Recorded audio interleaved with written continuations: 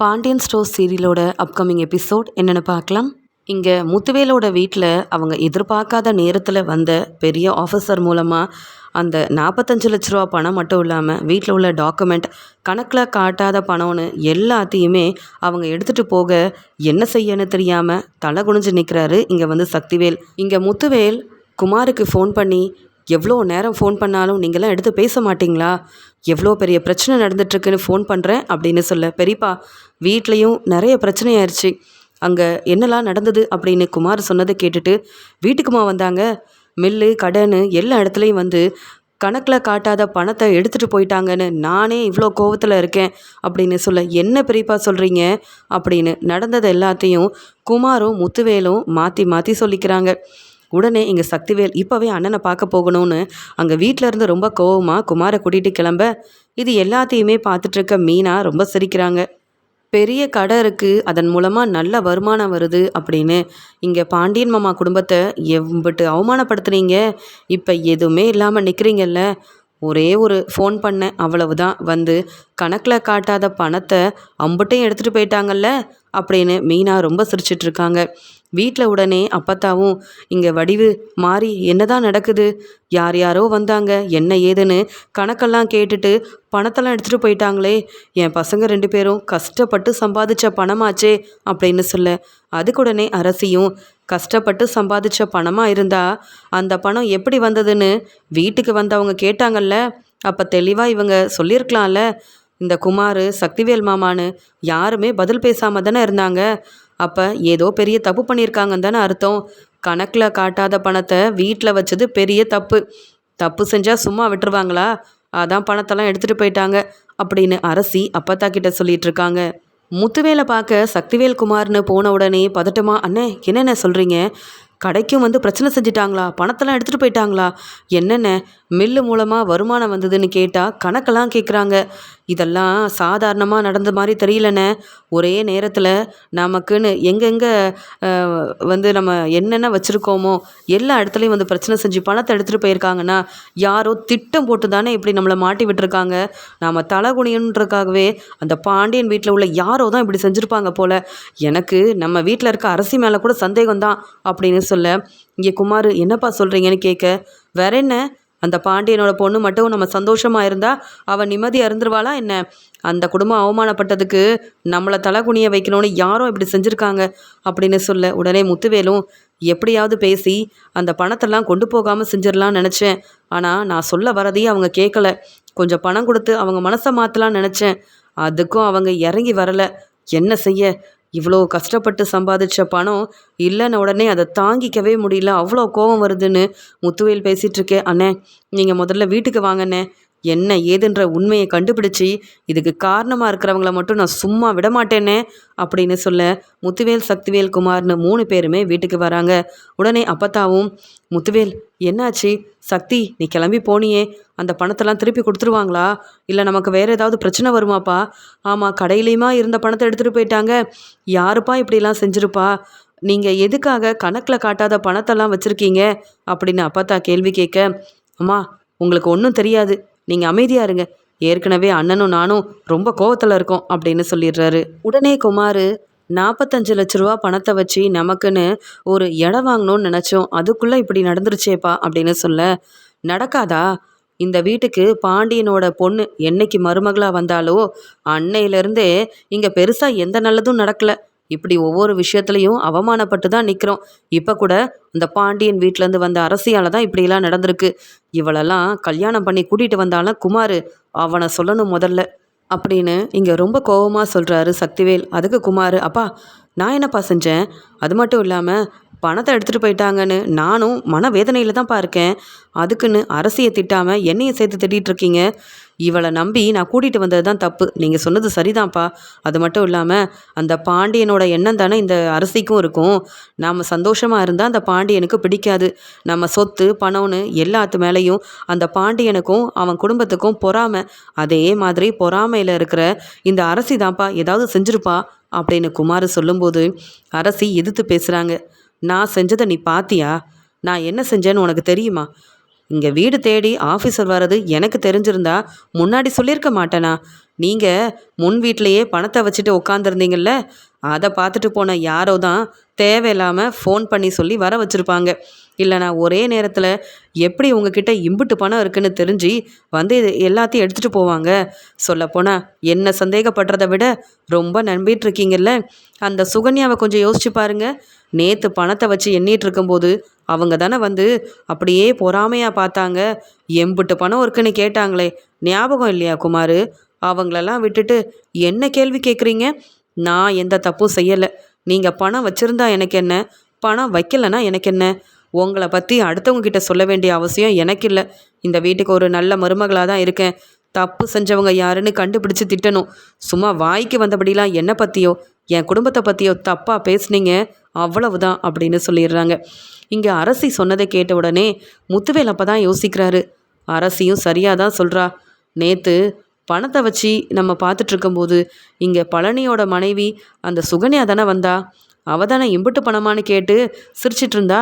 ஒருவேளை நாம் பழனிக்கு பணம் கொடுக்கறதில்ல, இந்த சொத்து அவளுக்கு வராதோ அப்படின்ற பொறாமையில் போலீஸ்க்கு சொல்லி இப்படி மாட்டி விட்டுருப்பாளா? ஏன்னா அப்பப்போ குமாரை பார்க்கவும் சக்திவேலை பார்க்கவும் அந்த பாண்டியனோட வீட்டிலேருந்து வந்துட்டு போகிறது இந்த சுகன்யா மட்டும்தான். அதனால் இந்த அரசி சொல்கிறதுலையும் நியாயம் இருக்க தான் செய்யுதுன்னு முத்துவேல் அரசியை பார்க்க அரசி சொல்கிறாங்க, மாமா என்கிட்ட ஃபோன் இல்லை, அது மட்டும் இல்லை பக்கத்தில் இருக்க என் அப்பா அம்மா கிட்ட கூட நான் பேசுகிறதில்ல. குமாரை நம்பி தான் இந்த வீட்டுக்கு வந்திருக்கேன். என்ன போய் இப்படி பேசுகிறீங்களே? நான் இப்படிப்பட்ட தப்பை செய்வேனா? அப்படி நினச்சிருந்தா உங்கள் மேலே கோவம் இருந்தா குமாரை நான் எப்படி கல்யாணம் பண்ணியிருப்பேன்? ஏன் என்னை எல்லாரும் தப்பாகவே புரிஞ்சுக்கிறீங்க? நான் என் குடும்பமும் நானும் யாருடைய பணத்துக்கும் சொத்துக்கும் ஆசைப்படுறவங்கெல்லாம் கிடையாது. நீங்கள் தப்பாக புரிஞ்சிட்ருக்கீங்க, அதனால் இப்படி பேசுகிறீங்க. குமார், இன்னொரு தடவை இப்படி பேசாத, அதுக்கப்புறம் நான் என்ன செய்வேன்னு தெரியும்ல அப்படின்னு சொல்ல உடனே குமார் முறைக்கிறாரு. இங்கே அரசியும் இவ்வளோ பெரிய பிரச்சனைக்கும் காரணம் அந்த சுகன்யாவாக தான் இருக்கும். அவங்க தான் அடிக்கடி வீட்டுக்கு வந்துட்டு போகிறாங்க. அவங்க தான் அங்கே ரொம்ப கஷ்டப்பட்டுட்டு இருக்கிறதுனால இந்த வீட்டில் உள்ளவங்கள பார்த்து பொறாமையில் இப்படி ஃபோன் பண்ணி இந்த ஆஃபீஸர் எல்லாத்தையும் வர வச்சுருப்பாங்கன்னு சொல்லிட்டு போனதை முத்துவேல் யோசிக்கிறாரு. இங்கே எல்லாரும் அவங்கவுங்க வேலையை பார்க்குறாங்க. முத்துவேல் சொல்கிறாரு குமார்கிட்ட, முதல்ல அந்த சுகன்யாவை ஃபோன் பண்ணி வர சொல்லு அப்படின்னு கேட்கும்போது, எதுக்கு பெரியப்பா இப்போ அவங்கள வர சொல்லணும்? சித்தி எந்த தப்பும் செஞ்சுருக்க மாட்டாங்க. இந்த அரசி என்னவோ அவள் தப்பிக்கிறதுக்காக வாய்க்கு வந்தபடி யாரையாவது மாட்டி விடணும்னு நினைக்கிறா அப்படின்னு சொல்ல, எனக்கு எல்லாம் தெரியும் யார் எப்படின்னு நான் நல்லாவே புரிஞ்சு வச்சுருக்கேன். முதல்ல அந்த சுகன்யாவை வர சொல்லு அப்படின்னு சொல்லும்போது, சரி நான் வர சொல்கிறேன் அப்படின்னு சொல்ல, இங்கே உடனே சக்திவேலும் எதுக்குன்னு அங்கே சுகன்யாவெல்லாம் கூப்பிட்டு இதை பற்றி கேட்டுட்ருக்க, அது மட்டும் இல்லை இதெல்லாம் பாண்டியன் குடும்பத்துக்கு தெரிஞ்சால் நம்மளை எவ்வளோ ஏளனமாக பேசி அவமானப்படுத்துவாங்க. அந்த பாண்டியன் குடும்பத்தில் உள்ளவங்க தலை குனியணும்னு நினச்சேன். ஆனால் இப்படி நம்ம சம்பாதிச்ச அந்த ஒரு இடமும் இல்லாமல் எல்லா டாக்குமெண்ட்டு பணம்னு எல்லாத்தையும் எடுத்துகிட்டு போயிட்டாங்களேன்னு, இத்தனை நாள் கஷ்டப்பட்டு சம்பாதிச்ச பணம்னு எதுவுமே நம்ம வீட்டில் இல்லாமல் ஆயிடுச்சேன்னு அப்படின்னு சொல்லி பேசிகிட்ருக்க, இங்கே குமார் அதுக்குள்ளே சுகன்யாவுக்கு ஃபோன் பண்ணி இப்படி முத்துவேல் பெரியப்பா உங்களை பார்க்கணுன்னு சொல்கிறாங்க, நீங்கள் வேலையெல்லாம் முடிச்சுட்டு சீக்கிரமாக கிளம்பி வாங்க சித்தின்னு ஃபோன் பண்ணுறாங்க.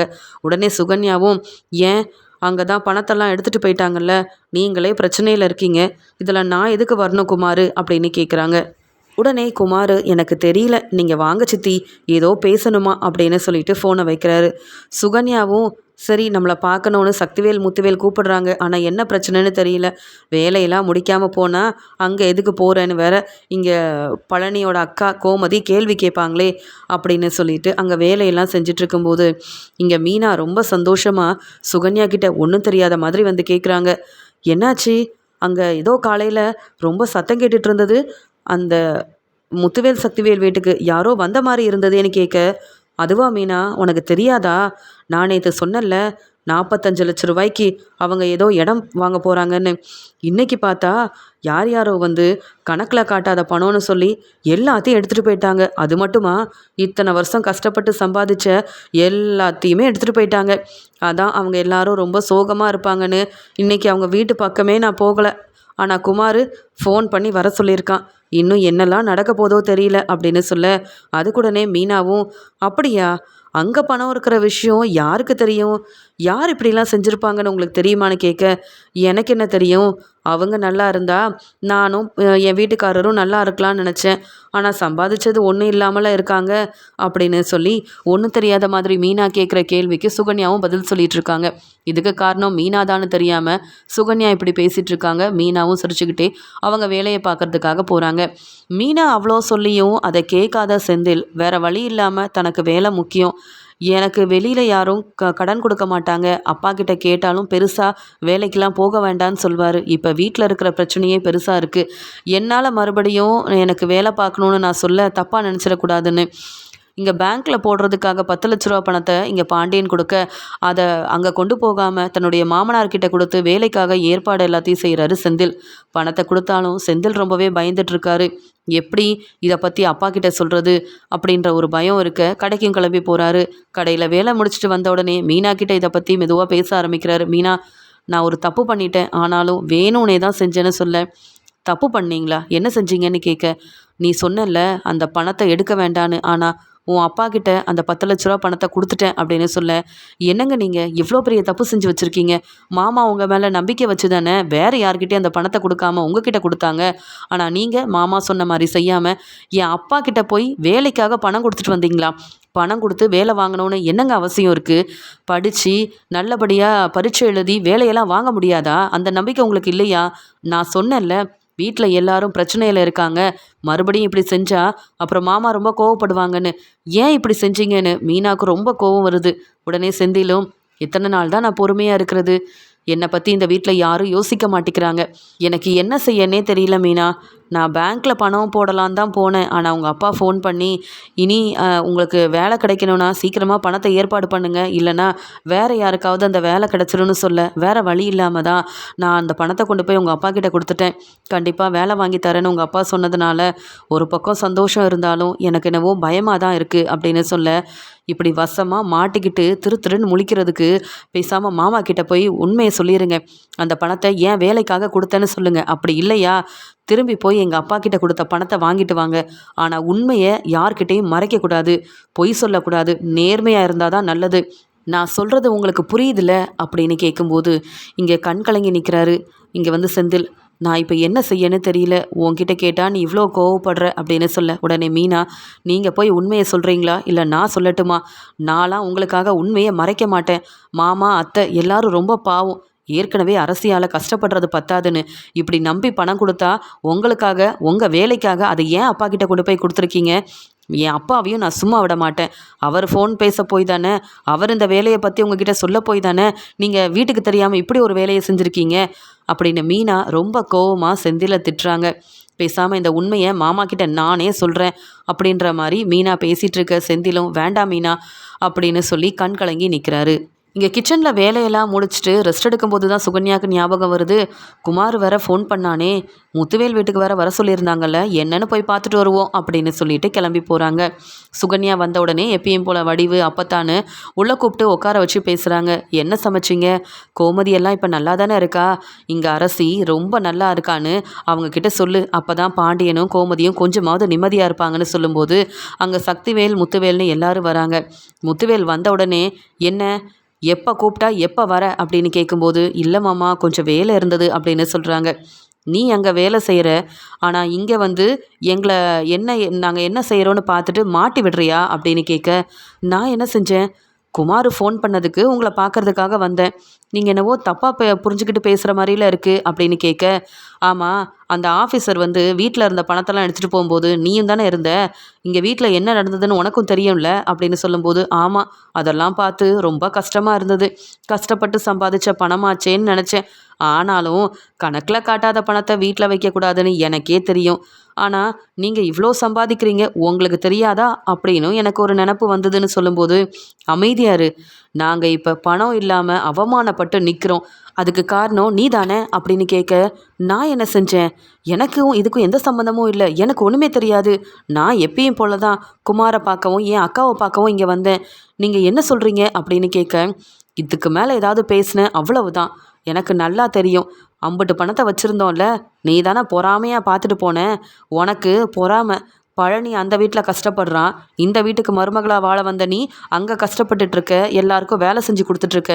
அதனால இங்கே இவ்வளோ பணம் இருக்குன்ன உடனே தேவையில்லாதவங்களுக்கு ஃபோன் பண்ணி வர வச்சு எங்களை அவமானப்படுத்திட்டல்ல, கஷ்டப்பட்டு சம்பாதிச்ச பணத்தை ஒன்றும் இல்லாமல் செஞ்சுட்டல்ல அப்படின்னு கேட்கும்போது இல்லவே இல்லை அப்படின்னு சொல்கிறாங்க. உடனே அங்கே வந்து அரசி, ஏன் அத்தை பொய் சொல்கிறீங்க? நீங்கள் தான் இப்படி செய்கிறவங்களாச்சே. என் வாழ்க்கையவே ஒன்றும் இல்லாமல் செஞ்ச நீங்கள் இப்படி பணம் சொத்துன்னு இதுக்கு ஆசைப்பட்டு தானே குமாருக்கு சப்போர்ட் பண்ணி நான் குமாரை விரும்புகிற மாதிரி என் மனசையே மாற்றுனீங்க. அப்புறம் இப்படிலாம் செய்ய மாட்டிங்களா?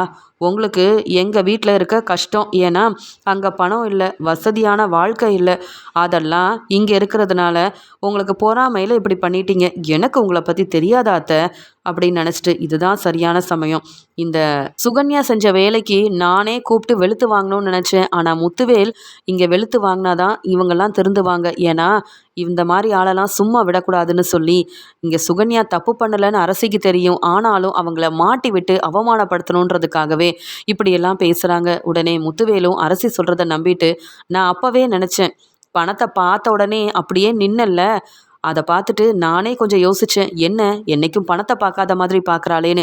அதுக்குள்ளே எங்களை மாட்டி விட்டு இங்கே கடையில் உள்ள பணம், இங்கே மில்லில் உள்ள பணம், வீட்டில் இருக்க டாக்குமெண்ட் பணம்னு எல்லாத்தையும் எடுத்துகிட்டு போயிட்டாங்க. இப்போ நாங்கள் கஷ்டப்பட்டு நிற்கிறோம். இதெல்லாம் வெளியில் தெரிஞ்ச அவமானம்னு வெளியில் கூட போகாமல் இருக்கோம். எல்லாத்துக்கும் காரணம் நீ தான். உன்னெல்லாம் பழனிக்கு கல்யாணம் பண்ணி வச்சது பெரிய தப்பு. பழனி சொத்து மேலேயும் பணத்து மேலேயும் ஆசைப்படவே மாட்டான், ஆனால் நீ அப்படி இல்லை போலையே அப்படின்னு சொல்ல, உண்மைதான், எனக்கு இந்த வீட்டில் மருமகளாக வாழ தான் பிடிக்கும். ஏன்னா இங்கே எல்லாரும் வசதியாக இருக்கீங்க, எங்கே பார்த்தாலும் பணமாக இருக்குது. ஆனால் அந்த வீட்டில் அப்படி கிடையாது. கஷ்டப்பட்டு சமைக்கணும், ஏதாவது ஒரு பிரச்சனைனா எல்லாரும் உட்காந்து சோகமாக அழுதுகிட்டே இருப்பாங்க. அந்த வீட்டில் கஷ்டப்பட்டு உழைக்கணும். ஆனால் இங்கே அப்படி இல்லையே. நீ எல்லாரும் சம்பாதிக்கிற பணத்தை நானும் இந்த வீட்டுக்கு மருமகளாக வந்தால் அனுபவிக்கலாமேன்னு நினச்சேன்.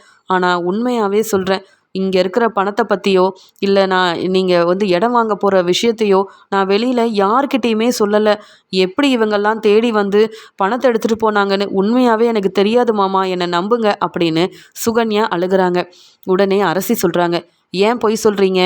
நீங்கள் தானே இங்கே இருந்தீங்க. இங்கே வீட்டில் நடக்கிறத பாண்டியன் எங்கள் அப்பா வீட்டில் போய் சொல்கிறது, இங்கே பாண்டியன் அப்பா வீட்டில் நடக்கிறத இங்கே வந்து சொல்கிறது, இது தானே உங்களுக்கு வேலையே. அதான் இங்கே உள்ளதை வேறு எங்கே போய் சொன்னீங்களோ அதான் அவங்கெல்லாம் கேட்டு இப்படி வந்து மாட்டி விட்டுட்டாங்க. கஷ்டப்பட்டு நிற்கிறது ஏன் மாமா தானே, உங்களுக்கு என்ன பிரச்சனை? அது மட்டும் இல்லாமல் நீங்கள் திருந்த மாட்டீங்க. இவங்களெல்லாம் இனி வீட்டுக்கு வர வேண்டான்னு சொல்லுங்க மாமா, அப்போ தான் நம்ம வீட்டில் பிரச்சனை நடக்காது. அங்கே நடக்கிறத இங்கேயும் இங்கே நடக்கிறத அங்கேயும் சொல்லி சொல்லி இவங்க நம்மளை இப்படி தான் வந்து தலகுனிய வைப்பாங்க. இந்த சுகன்யாவை பற்றி உங்களுக்கு தெரியாது மாமா, முன்னாடி நான் குமாரை விரும்பக்கூடாதுன்னு இருந்தப்ப குமாரை தான் நீ கல்யாணம் பண்ணிக்கணும், குமார் ரொம்ப நல்லவனு என் மனசை மாற்றினதும் இவங்க தான், குமாரு கூட நான் வெளியில் போக காரணமாக இருந்ததும் இவங்க தான், குமாரை நான் கல்யாணம் பண்ண கூட காரணமாக இருந்தது இவங்க தான். சொல்லப்போனால் என் கல்யாணத்துக்கு முந்தின நாள் கூட நான் குமாரை பார்க்க போகணும்னு நினைக்கல, என் அம்மா அப்பா ஏற்பாடு பண்ண கல்யாணத்தை தான் செஞ்சுக்கணும்னு நினச்சேன். ஆனால் இவங்க தான் குமாரை பார்த்துட்டு மன்னிப்பு கேட்டுட்டு வா அப்படின்லாம் சொல்லி என் மனசை மாற்றினாங்க. ஆனால் அங்கே போனால் உங்கள் பையன் நான் உன்னை தான் கல்யாணம் பண்ணிப்பேன்னு நடித்து ஏமாற்றிட்டாரு. நீ இல்லாத வாழ்க்கையை யோசிக்கவே முடியாத அரசின்னு என்னை ஏமாற்ற போய் நான் உங்கள் பையன் குமாரை கல்யாணம் பண்ணிக்கிட்டேன். ஆனால் என் வாழ்க்கையில் இவ்வளோ பிரச்சனை வருதுன்னா அதுக்கு காரணம் குமார் மட்டும் இல்லை, இந்த சுகன்யாவும் தான். அடுத்தவங்க நல்லா இருந்தால் சுகன்யாவுக்கு பிடிக்காது, ரொம்ப பொறாமை. அதான் நம்ம வீட்டில் இவ்வளோ பணம் இருக்குது, இவ்வளோ வசதியாக இருக்கோன்னு நினச்சி இப்படி உங்களை மாட்டி விட்டு தலைகுனிய வச்சுட்டாங்க. இப்போ மில்லு கடை வீடுன்னு எல்லாத்துலேயும் பிரச்சனை வந்ததுக்கு காரணம் இந்த சுகன்யா மட்டும்தான் அப்படின்னு சரியான நேரத்தில் வசமாக சுகன்யாவை மாட்டிவிட உடனே ரொம்ப கோபமாக இருந்த முத்துவேல், பாத்தியா நேற்று வந்த மருமக, அவளுக்கு உன்னை பற்றி தெரிஞ்சிருக்கு, உன்னை நம்பி வீட்டுக்குள்ளே விட்டேன்ல, எங்கள் தப்பு தான். உனக்கு பணம் வேணும்னா எங்ககிட்ட கேட்டால் எவ்வளோ வேணாலும் கொடுத்துருப்போம், அதுக்காக இப்படியா செய்கிறது? உன்னை நம்பினது பெரிய தப்புன்னு புரிஞ்சுக்கிட்டேன். இனி இந்த வீட்டு பக்கமே நீ வராத. அப்படி இந்த வீட்டுக்கு வந்த அவ்வளவுதான், அவமானப்பட்டு தான் திரும்பி போவ. இதுக்கும் பழனியோட மனைவியாக இருக்கிறேன்னு நான் பொறுமையாக இருக்கேன். ஆனால் இனி இந்த வீட்டுக்கும் உனக்கும் எந்த சம்மந்தமும் இல்லை. பழனி இங்கே வரதே இல்லை, எங்ககிட்ட பேசுகிறதும் இல்லை. அப்போ பழனி மாதிரி பாண்டியன் வீட்லேயே இருக்க வேண்டியதானே. நாங்கள் என்ன செய்கிறோம், எப்படி பணம் சம்பாதிக்கிறோம், எங்கே பணம் வைக்கிறோன்னு எல்லாத்தையும் பார்த்துட்டு போய் இப்படி எங்களை மாட்டி விட்டுட்டு நீ சந்தோஷமாக இருக்கிறியா? அப்படின்னு எல்லாரும் முன்னாடியும் இங்கே சுகன்யா தான் இப்படி செஞ்சுருப்பாங்க, அதனால தான் நமக்கு பணமே இல்லாமல் நிற்கிறோன்னு கோவத்தில் இருந்த முத்துவேல் கேள்வி கேட்டு சுகன்யாவை பலார் பலார்னு வெளுத்துவாங்க. அரசிக்கு ரொம்ப சந்தோஷமாக இருக்குது. இதெல்லாம் முன்னாடியே இவங்க செஞ்சுருந்தா என் வாழ்க்கை நல்லா இருந்திருக்கும். குமாருக்கும் சப்போர்ட் பண்ணியிருக்க மாட்டாங்க, இப்படி திட்டம் போட்டிருக்கவும் மாட்டாங்க. இனி இந்த சுகன்யாவுக்கு இருக்குது, இவங்க இந்த வீட்டு பக்கம் வராத மாதிரி நான் செஞ்சுட்டேன்ல அப்படின்னு அரசி சந்தோஷமாக இருக்க உடனே அப்பத்தான் சொல்கிறாங்க, முத்துவேல் என்ன செய்கிறேன்னு கேட்க, வேற என்னம்மா அங்கே பழனி கூட அந்த பாண்டியன் வீட்லேயே இருக்கிறத விட்டுட்டு இங்கே வந்து இந்த சுகன்யா செஞ்ச வேலையை பார்த்தீங்களா? கஷ்டப்பட்டு சம்பாதிச்ச பணம் இல்லைன்னா எவ்வளோ கஷ்டமாக இருக்கும்னு எங்களுக்கு தானம்மா தெரியும். இந்த சம்பாதிக்கவே தெரியாத சுகன்யாவுக்கு எப்படி தெரியும்? போ அந்த பாண்டியன் வீட்லேயே இரு. நீ ஒரு தடவை உன்னை இந்த வீட்டில் பார்த்தேன், குமாருக்கிட்ட பேச வந்தேன், என் அக்காவை பார்க்க வந்தேன்னு இந்த பக்கம் வந்த அவ்வளவுதான் அப்படின்னு வெளுத்து வாங்கி அங்கேருந்து அனுப்ப உடனே அழுதுகிட்டே, நான் எந்த தப்பும் செய்யலை, அரசி என்னை வசமாக தேவையில்லாமல் மாட்டி விட்டுட்டா, பொய் சொல்லி மாட்டி விட்டுட்டா, அதெல்லாம் நம்பிக்கிட்டு என்ன இந்த வீட்டுக்கு வரக்கூடாதுன்னு சொல்லி வெளுத்து வாங்குறாங்க, அவமானப்படுத்தி பேசுகிறாங்க. உண்மையாகவே தப்பு செஞ்சுருந்தா கூட மன்னிப்பு கேட்கலாம், ஆனால் நான் தான் எந்த தப்பும் செய்யலையே, அப்போ இனி இங்கே வரவே முடியாதா? அதுவும் முத்துவேல் மாமா இவ்வளோ கோவப்படுவாருன்னு நான் எதிர்பார்க்கவே இல்லை. அந்த அரசியை போய் நம்புகிறாங்க, என்ன நம்பாமல் இப்படி திட்டாங்களே அப்படின்னு முத்துவேல் வீட்டிலேருந்து அழுதுகிட்டே வெளியில் வராங்க. இதை பார்த்து அரசி நினைக்கிறாங்க, இந்த குமார், சக்திவேல், சுகன்யான்னு யாரையும் சந்தோஷமாக இருக்க நான் விட போகிறதே இல்லை. அங்கே நடக்கிறத இங்கே வந்து சொல்லிகிட்டு இருந்தல்ல, இனி இந்த பக்கமே உன்னால் வர முடியாது. இந்த குமாரை பார்க்க அடிக்கடி வந்து திட்டம் போடுறீங்களா? இனி இருக்குது இந்த குமாருக்கும் அப்படின்னு சொல்லி அரசி, இனி யாராவது என்னை பற்றி தப்பாக இந்த வீட்டில் பேசட்டும், அப்புறம் நான் பேசிக்கிறேன்னு சொல்லிட்டு தன்னுடைய ரூமுக்கு கிளம்பி போகிறாங்க. இங்கே சுகன்யா முத்துவேல் வீட்டிலேருந்து அழுதுகிட்டே வரதை இங்கே வந்து மீனா கவனிக்கிறாங்க. இங்கே சுகன்யா கிட்ட மெதுவாக கேட்குறாங்க, என்னாச்சு? அந்த முத்துவேல் வீட்டுக்கு தானே போயிட்டு வரீங்க, ராஜியோட அப்பா வீட்டுக்கு போகும்போது சந்தோஷமாக போனீங்க, வரும்போது அழுதுகிட்டே வரீங்க, ஏன் என்ன கேள்வி கேட்டாங்க? ஏதாவது அங்கே பிரச்சனையா அப்படின்னு கேட்க, வேற ஒன்றும் இல்லை மீனா, நீயாவது பொறுப்பாக என்ன ஏதுன்னு கேட்குறியே, நான் என்னைக்காவது தப்பு செஞ்சுருக்கேனா?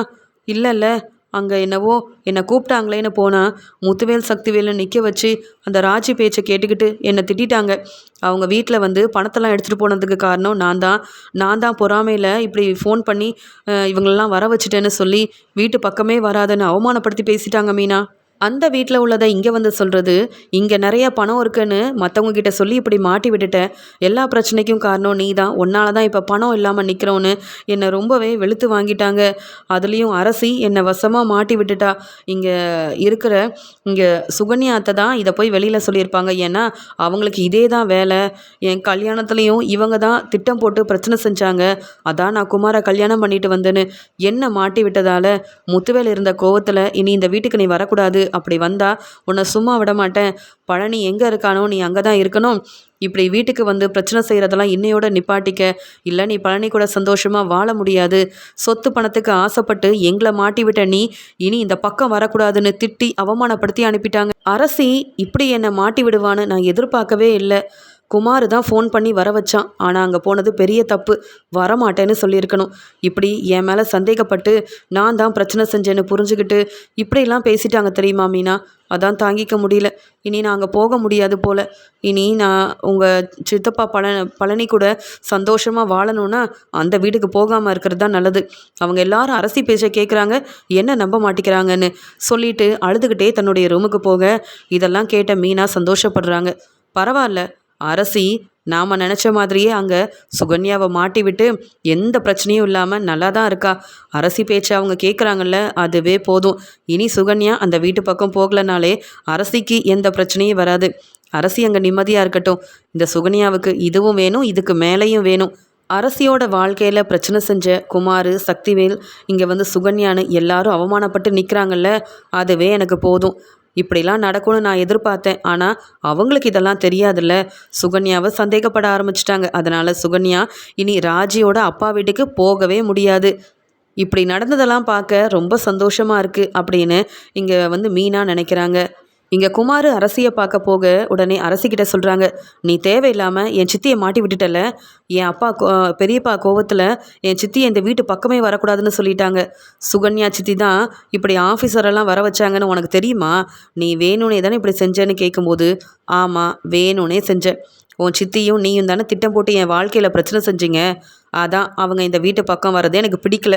வீட்டுக்கு வர விடாமல் செஞ்சேன். இதில் என்ன தப்பு இருக்குது? நீயும் உன் அப்பாவும் என்ன தப்பாக பேசலை? நான் இந்த வீட்டுக்கு மருமகளாக வரப்போய் தான் இந்த வீட்டில் இப்படிலாம் நடந்ததுன்னு உன் அப்பா பேசினார்ல, அதுக்கு தான் பதில் கொடுக்கறதுக்காக நான் உன் சித்தி சுகன்யாவை மாட்டி விட்டேன். இதில் என்ன தப்பு இருக்குது? என் வழியில் தலையிட்டா நான் இப்படி தான் செய்வேன். போய் வேற வேலை இருந்தா பாரு, என்கிட்ட பிரச்சனை செய்யாத குமாரு அப்படின்னு அரசி ரொம்ப கோவமாக பேச, பதில் பேச முடியாமல் அரசி மேலே உள்ள கோவத்தில் அவமானப்பட்டு அங்கேருந்து கிளம்புறாரு குமார். இந்த அரசியால் சுகன்யா சித்தி இந்த வீட்டு பக்கமே வரக்கூடாதுன்னு பெரியப்பா கோவமாக சொல்லிட்டாங்க. இதுக்கெல்லாம் இந்த அரசியை சும்மா விடக்கூடாதுன்னு அரசி மேலே ரொம்ப கோவத்தில் இருக்காரு குமார்.